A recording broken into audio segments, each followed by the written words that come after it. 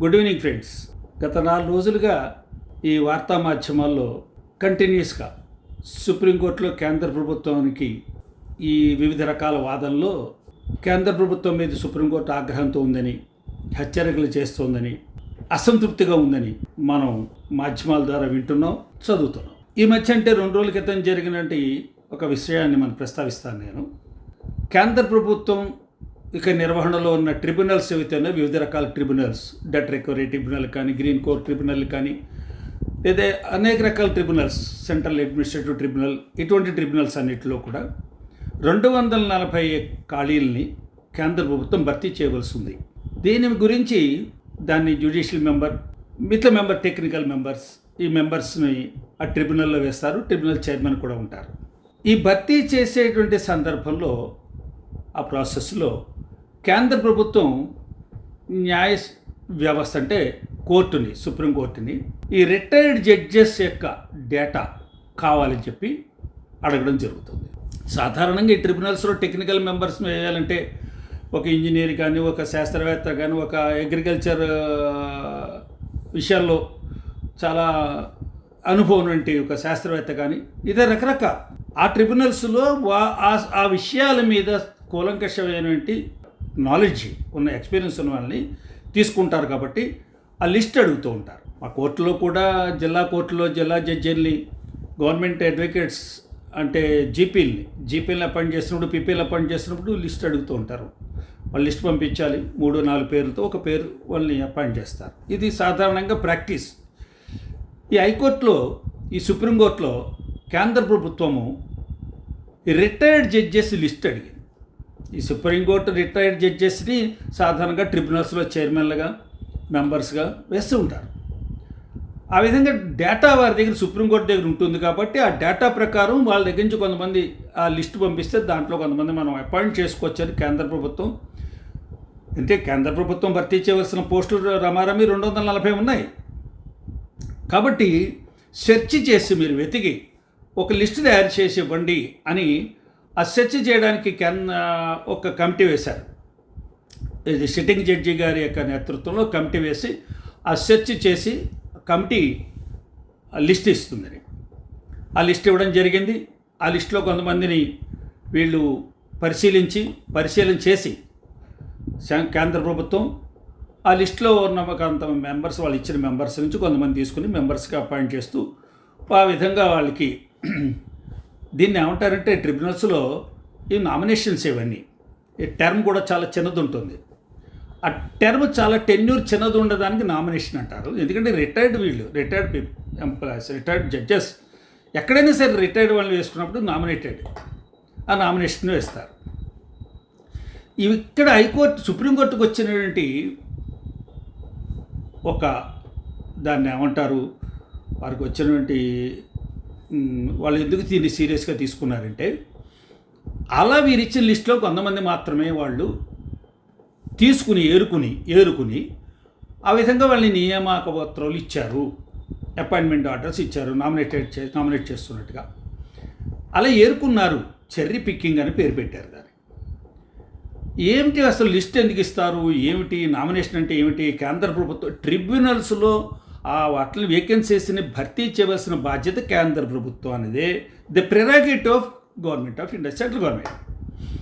ఆ విధంగా లిస్ట్ ఇవ్వడం సెర్చ్ కమిటీని వేశారు.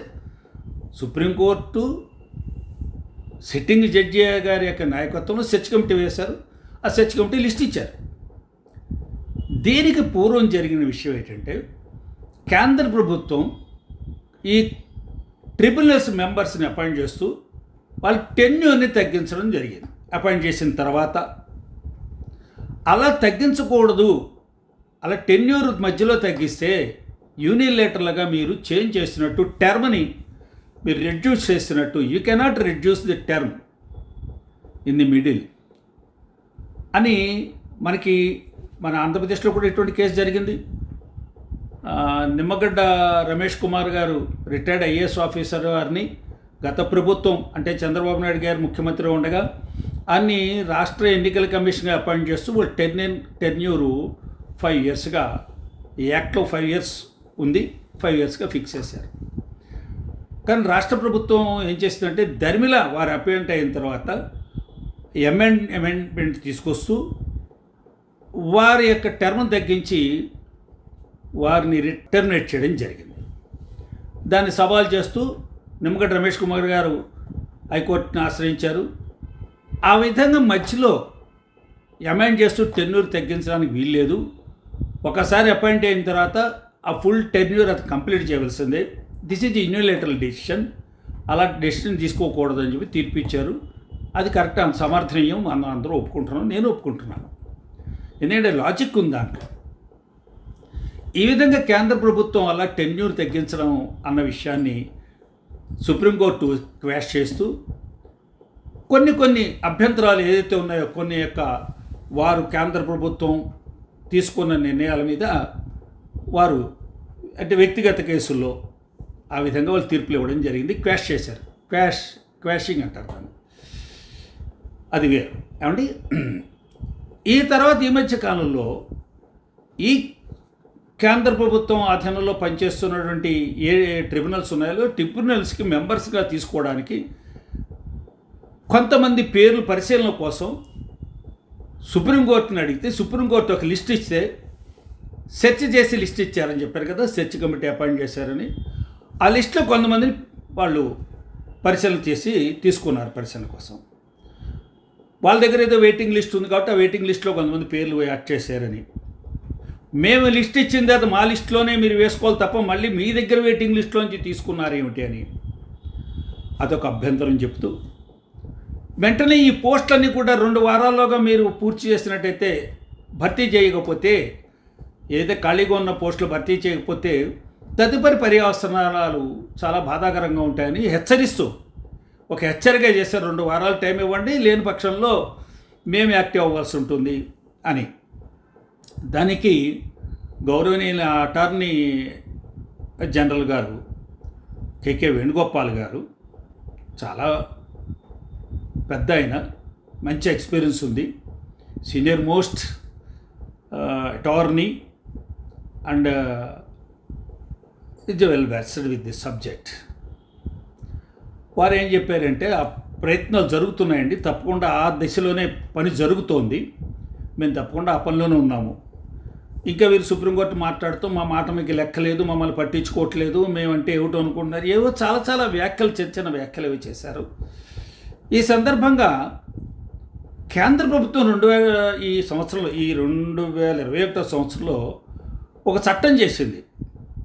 కేంద్రంలో ఉన్నటువంటి అన్ని ట్రిబ్యునల్స్ కూడా వ్యవస్థీకృతం చేస్తూ స్ట్రీమ్లైన్ చేస్తూ దానికి ఏదైతే నియమ నిబంధనలు కానీ మార్గదర్శకాలు కానీ కావాలో చట్టపరమైన మార్గదర్శకాలని ఓ చట్టం తయారు చేస్తూ ట్రిబ్యునల్స్ రిఫార్మ్స్ యాక్ట్ అని తీసుకొచ్చింది. ఆ చట్టాన్ని పార్లమెంట్లోనే ఆ చట్టం తీసుకురావడం వల్ల ఆ చట్టాన్ని తీసుకొచ్చిన తర్వాత కేంద్రం యొక్క అజమాయిషీలో నడుస్తున్న ట్రిబ్యునల్స్ ఏవైతే ఉన్నాయో ట్రిబ్యునల్స్ అన్నింటిలో కూడా పరిపాలన అన్నది వ్యవస్థీకృతం చేయాలన్నది దాని లక్ష్యం.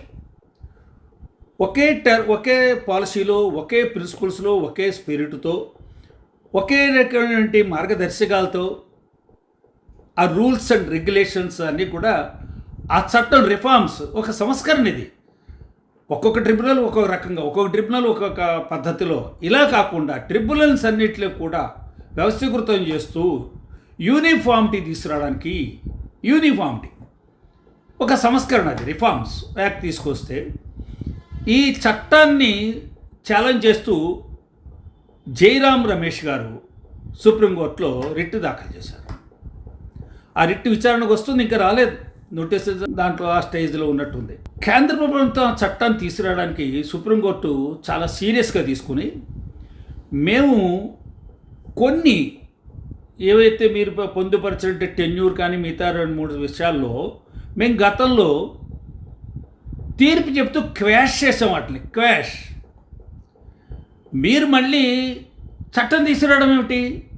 చట్టం తీసుకురావడం కేంద్ర ప్రభుత్వం పార్లమెంటులో ప్రజాస్వామ్యబద్ధంగా కాన్స్టిట్యూషన్ చెప్పిన విధంగా చట్టం తీసుకురావడాన్ని సుప్రీంకోర్టు ఆక్షేపించేసింది. ఇంకా దాంట్లో వాద ప్రతివాదనలు జరగలేదు అసలు. కేకే వేణుగోపాల్ గారిని అడిగింది ఇలాగ, మీరు మళ్ళీ చట్టం ఎందుకు తీసుకొచ్చారు, వై వై అని అడిగారు. వై అని అడిగితే నేను ఒక అడ్వకేట్గా నాకున్న అనుభవంతో 35 సంవత్సరాల అనుభవం ఉంది నాకు ఈ అడ్వకేట్గా.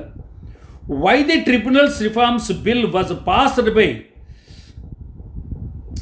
Parliament when similar provisions have already been quashed by the court. నేను ఎందుకు చూసి చదివాను తెలుసా అండి, వై ఎందుకు అంటే ఎక్కడ రాజ్యాంగంలో కేంద్ర ప్రభుత్వం పార్లమెంట్, ముఖ్యంగా పార్లమెంటు తయారు చేసిన చట్టాలని ప్రశ్నించే హక్కు వ్యాలిడిటీ మీద ఉంది. కాన్స్టిట్యూషనల్ వ్యాలిడిటీ ఉందా లేదా, రాజ్యాంగ స్ఫూర్తికి భిన్నమైతే ఆ చట్టాన్ని మనం అభిశంసించవచ్చు కోర్టులో. అంటే అభిశంసనం అంటే ఛాలెంజ్ చేయొచ్చు. ఛాలెంజ్ చేసినప్పుడు సుప్రీంకోర్టు అలా రిట్ పిటిషన్ పడిన వెంటనే అదే రోజున దాని మీద తీర్పు ఇవ్వదు. అలా ఇవ్వకూడదు, ఎవరెవరు ఇవ్వకూడదు. పంచాయతీ తగాదాలు ఎవరు కదా, ఫిర్యాదు విన్న తర్వాత సంజాయిషి అడుగుతారు. ఇక్కడ ఏమైంది, అటువంటి చట్టాన్ని ఛాలెంజ్ చేస్తూ జయరాం రమేష్ గారు ఎప్పుడైతే కోర్టులో పిటిషన్ వేశారో, కోర్టు అదే ఎందుకు మీరు ఆ చట్టాన్ని తీసుకొచ్చారు వై అని అడిగితే, నాకెందుకో ఇది మనం ప్రజాస్వామ్యబద్ధంగా నడుస్తున్న దేశం 70 సంవత్సరాల నుంచి రాజ్యాంగం స్ఫూర్తి ఉంది, రాజ్యాంగబద్ధంగా నడుస్తున్నది, రాజ్యాంగం వ్యవస్థీకృతించింది ప్రభుత్వ విధానాన్ని, గవర్నెన్స్ని.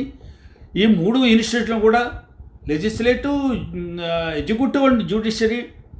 కాబట్టి వై అని ఒక లెజిస్లేటివ్ అనే వింగ్ని, ఆ లెజిస్లేటివ్ వింగ్ని జ్యుడిషియల్ వింగ్ వై అని క్వశ్చన్ చేయడం అనేది అక్కడ రాజ్యాంగం లేదు. అలా క్వశ్చన్ చేయాలి.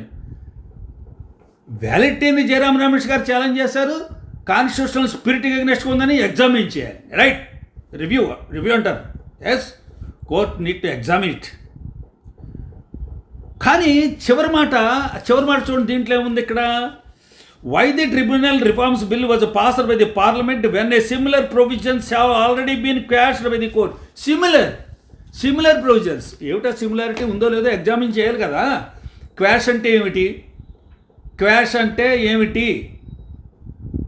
దేంట్లో క్వాష్ చేశారు, వ్యక్తిగతమైన అభ్యర్థనలో క్వాష్ చేశారా, నా టెన్యూర్ తగ్గించారంటే ఏ సందర్భంలో క్వాష్ చేశారు, అప్పటికే చట్టాన్ని ఏమైనా కూడా బ్యాడ్ లా కింద ఏమైనా ట్రీట్ చేశారా, ఒక చట్టాన్ని ఆల్రెడీ మీరు రివ్యూ చేస్తూ టకప్ చేశారా, ఏమిటనేది ఎగ్జామిన్ చేయాలి అన్నీ కలిపి. అలా అని చెప్పి అన్నప్పుడు వేణుగోపాల్ గారు చాలా స్పందిస్తూ సరే ఇంకా గైడ్ చేశారు. Attorney general duties to guide the court and guide the government. Yes, రాజ్యాంగబద్ధమైన ఒక స్టేటస్ అది, ఒక dignitary, a constitutional dignitary attorney general. ఆయన ప్రభుత్వానికి సలహా ఇస్తారు, కోర్టులకు కూడా సలహా ఇస్తారు, కోర్టులకు గైడ్ చేయడానికి ఉన్నారు. Is first court official. Okay, దాని విషయం పక్కన పెడదాం. ఈ విధంగా అలా అంటూ మేము ఆల్రెడీ సిమిలర్ ప్రొవిజన్స్ మేము క్వాష్ చేసాం కాబట్టి మీరు ఎందుకు చేశారు అంటూ అక్కడితో ఆగలేదు. ఒక విషయాన్ని ప్రస్తావించారు. ఏం ప్రస్తావించారు తెలుసా అండి, the top court has asked the union government to furnish the reasons and the debate which transpired in the parliament before the law was passed. ఆ యాక్ట్ పాస్ చేస్తున్నప్పుడు ట్రాన్స్పైర్ అయిన డిబేట్స్ ఏమేమి జరిగే అక్కడ developments, what transpired during the debate and while passing the act, enactment చేసేప్పుడు ఆ విధంగా అక్కడున్న డిబేట్లు ఏంటి, అక్కడున్న విషయాలు ఏమిటి, asked the union government to furnish చేయమన్నారు. అవన్నీ కూడా మా కోర్టుకు ఫర్నిష్ చేయండి అని. చట్టసభలో చట్టం జరుగుతున్నప్పుడు ఏదైతే బిజినెస్ ప్రొసీజర్ ఉంటుందో ఆ ప్రొసీజర్ అనేది లెజిస్లేటివ్ ప్రొసీజర్ అంటారు దాన్ని.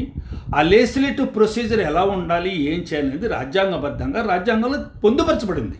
ఆ విధంగా రాజ్యాంగంలో పొందుపరిచిన విధంగా ఆ చట్టాన్ని, బిల్లుని ప్రవేశపెట్టేప్పుడు చట్టరూపం దాల్చే వరకు చేయవలసినటువంటి ఆ మొత్తం ఏదైతే ప్రోటోకాల్ ఉంటుందో అదంతా కూడా కాన్స్టిట్యూషనల్ ప్రోటోకాల్ ప్రొసీజర్ ఫాలో అవ్వడం అనేది స్పీకర్ డ్యూటీ. స్పీకర్ దాని చట్టం అయిన తర్వాత రాష్ట్రపతి భవన్ పంపుతారు. రాష్ట్రపతి భవన్ దాన్ని చూసి ఈ చట్టం సక్రమంగా జరిగిందా లేదా, దాని సరైన చర్చ జరిగిందా లేదా అని చెప్పి ఆయన కన్సల్ట్ ఇస్తారు. ఆయన కనుక కన్సల్ట్ ఇవ్వకుండా మళ్ళీ క్యాబినెట్ తీర్పు పంపించవచ్చు. ఆ విధంగా ఆయన డౌట్స్ క్లారిఫై చేసుకోవచ్చు క్లారిటీ కోసం. ఒకసారి చట్టం బయటకు వచ్చి చట్టంగా వచ్చిన తర్వాత చట్టాన్ని యొక్క validity, sanctity as per constitutional spirit ఉందా లేదాన్ని రివ్యూ ఎగ్జామిన్ చేయాలి తప్ప మీరు చట్టం చేస్తున్నప్పుడు ఏ డిబేట్ జరిగింది, what transpired during the procedure, అది మాకు ఫర్నిష్ చేయండి అన్నాం. First of it's kind. నేను ఈ ప్రస్తుతం ఇప్పుడే వింటున్నాను, ఇప్పుడు వినలేదు.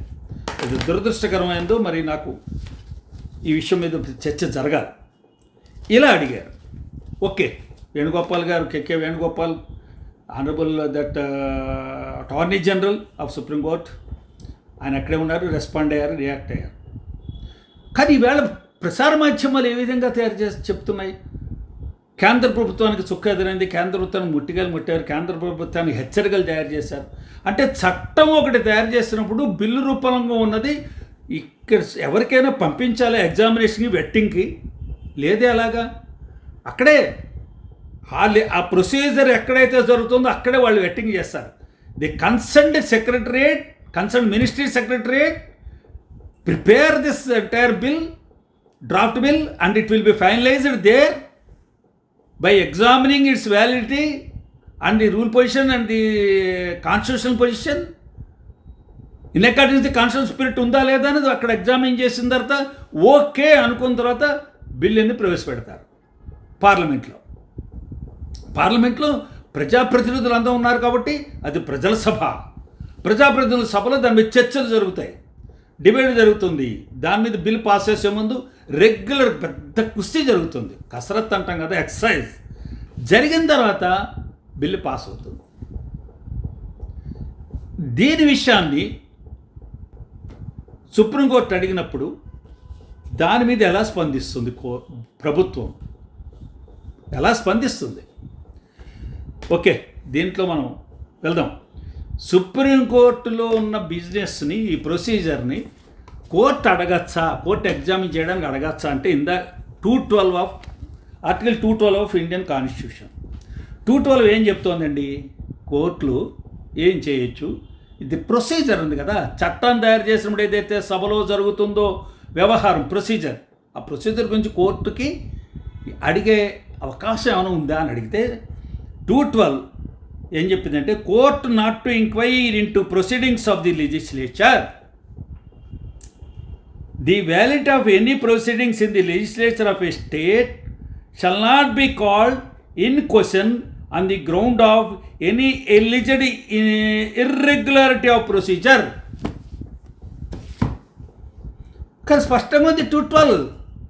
ఇది స్పష్టంగా ఉందని 212 అంది కోర్టుకు తెలియజేయవలసిన అవసరం వాది ప్రతివాదుల యొక్క అడ్వకేట్స్ మీద ఉంది. Our duty in before court is to guide the court.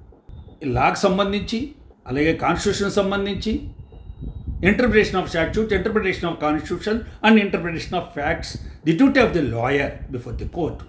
Lawyer is a court officer, the judge is the presiding officer and other advocates who are attending before the court of law are officers of the court.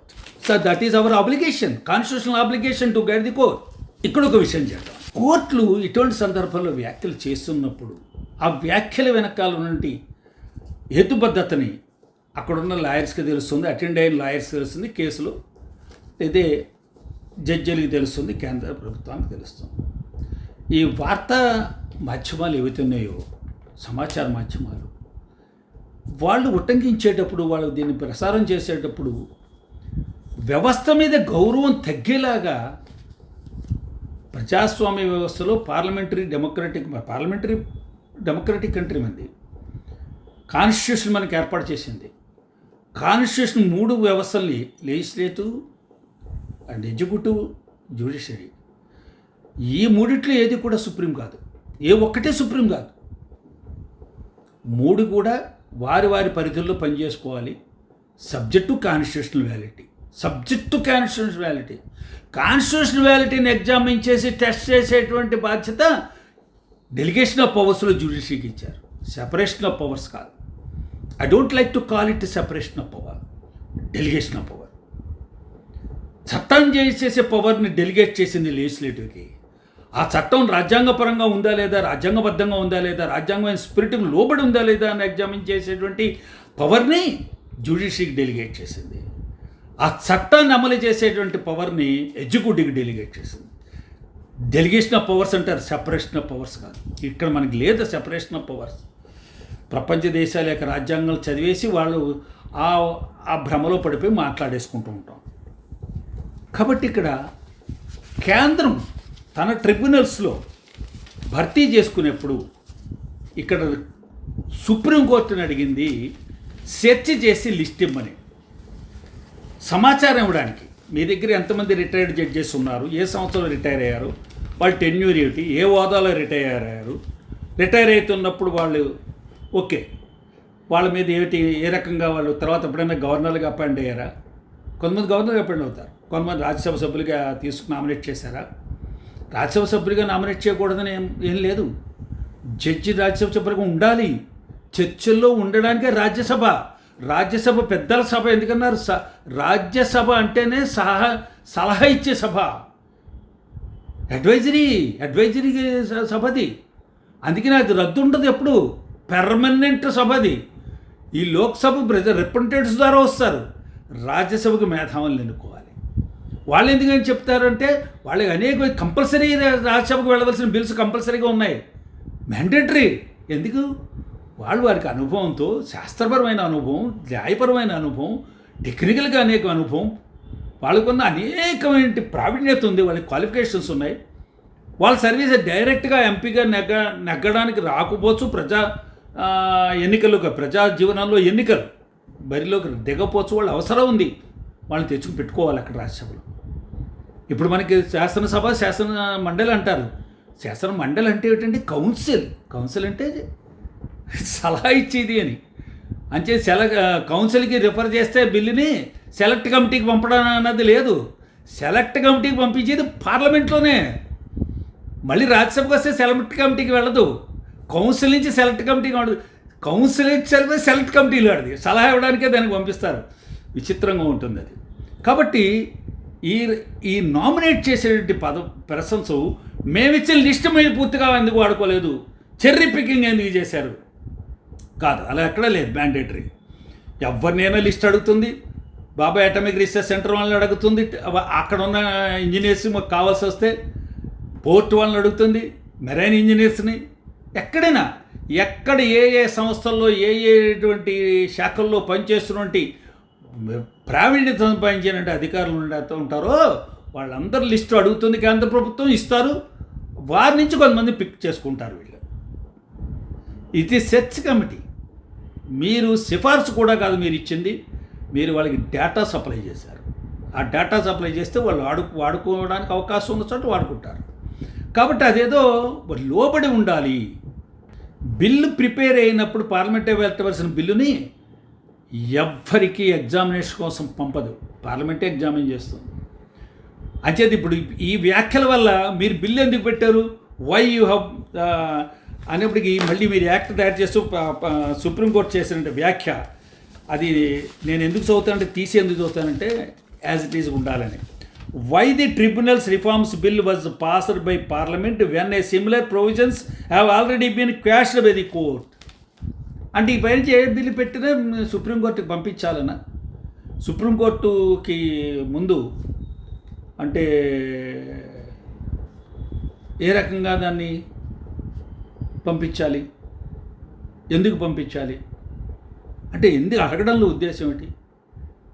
రాజ్యాంగంలో ఎక్కడ కూడా చెప్పలేదు మీరు quash చేసిన ప్రొవిజన్స్తో మళ్ళీ కొత్త act తేడానికి వీలేదని కూడా చెప్పలేదు. చట్టపరమైనటువంటి వ్యాలిటీ లేకపోతే తీసుకొస్తారు దానికి. ఎక్కడో అపాయింట్మెంట్ ఆర్డర్లోనో టెర్మినేషన్ ఆర్డర్లోనో ఉన్నదాన్ని తీసుకుని క్వాష్ చేసేస్తే ఇంకా చట్టమే చేయక్కర్లేదనా? ఆ రోజున్న పరిస్థితులు, ఆ రోజున్నంటే చట్టపరమైనటువంటి వ్యాలిటీని ఎగ్జామిన్ చేస్తూ మీరు క్వాష్ చేశారు. తర్వాత తదుపరి పార్లమెంట్ ఏదైనా చట్టం చేసినట్టయితే court net examine the case basing on the act. చట్టం చేంజ్ అండ్ సర్కమ్స్టెన్సెస్లో చట్టాలు మారుతూ ఉంటాయి. మనం కోర్టు తీర్పుల్లో కూడా బ్యాడ్ లా అంటూ ఉంటాం కదండి. ఏదైనా తయారు చేస్తే ఏదైనా ఆల్రెడీ కేసులా చెప్తే నో ఇట్ ఈజ్ బ్యాడ్ లా అంటూ ఉంటాం. ఓవర్ రూల్ అయిపోతాయి అంటూ ఉంటారు కదా, బ్యాడ్లే అంటూ ఉంటాం. మనకే కోర్టు తీర్పుల్లో వర్తించని ఇది ఎక్కడ కూడా ప్రెసిడెంట్ కింద వాడుకోకూడదు దాన్ని పెరిన్ క్యూరియం జడ్జిమెంట్ అంటూ ఉంటాం. మరి అనట్లేదా? కొన్ని జడ్జిమెంట్ మనం ఎక్కడ వాడుకోం, ప్రెసిడెంట్ కాదు అది. కాబట్టి ఇలాగే చట్టం చేయవలసిన అవసరం వచ్చింది అని అనుకుంటే రిఫార్మ్స్ చేస్తూ యూనిఫామిటీ తీసుకురావడానికి, వీటన్నిటి కూడా ఆర్గనైజ్ చేయడానికి, అంటే వ్యవస్థీకృతం చేయడానికి ఒక చట్టం తయారు చేసినప్పుడు ఈ క్వాష్ ఆల్రెడీ ఏదో ప్రొవిజన్స్ సిమిలర్ ప్రొవిజన్స్ క్వాష్ చేశారు కాబట్టి అటువంటి చట్టం మళ్ళీ తేడానికి లేదు. It is absurd. No కాన్స్టిట్యూషన్లో ఎక్కడ లేదు చట్టం. అయినా కానీ చట్టసభ ఈజ్ సుప్రీం అండి. చట్టాలు తయారు చేయడం చట్టసభే. మీ కాన్స్టిట్యూషన్ వ్యాలిటీని మీద మీరు ఎగ్జామిన్ చేయండి. ఫండమెంటల్ రైట్స్కి ఎగ్నెస్ట్గా ఉందా? ఉంటుంది కదా. కాబట్టి మిత్రులారా, ఈ విషయం మీద చాలామందికి అనుమానాలు ఉన్నాయి కాబట్టి, నాకు కూడా అనుమానం లేకుండా నేను లోతుగా చదివాను. నాలాంటి అనుమానాలు ఉన్న మిత్రులందరికీ నా ఈ చిన్నటి విశ్లేషణ నచ్చితే మీరందరూ కూడా మీ అభిప్రాయాలు తెలియచేయండి. సెలవు.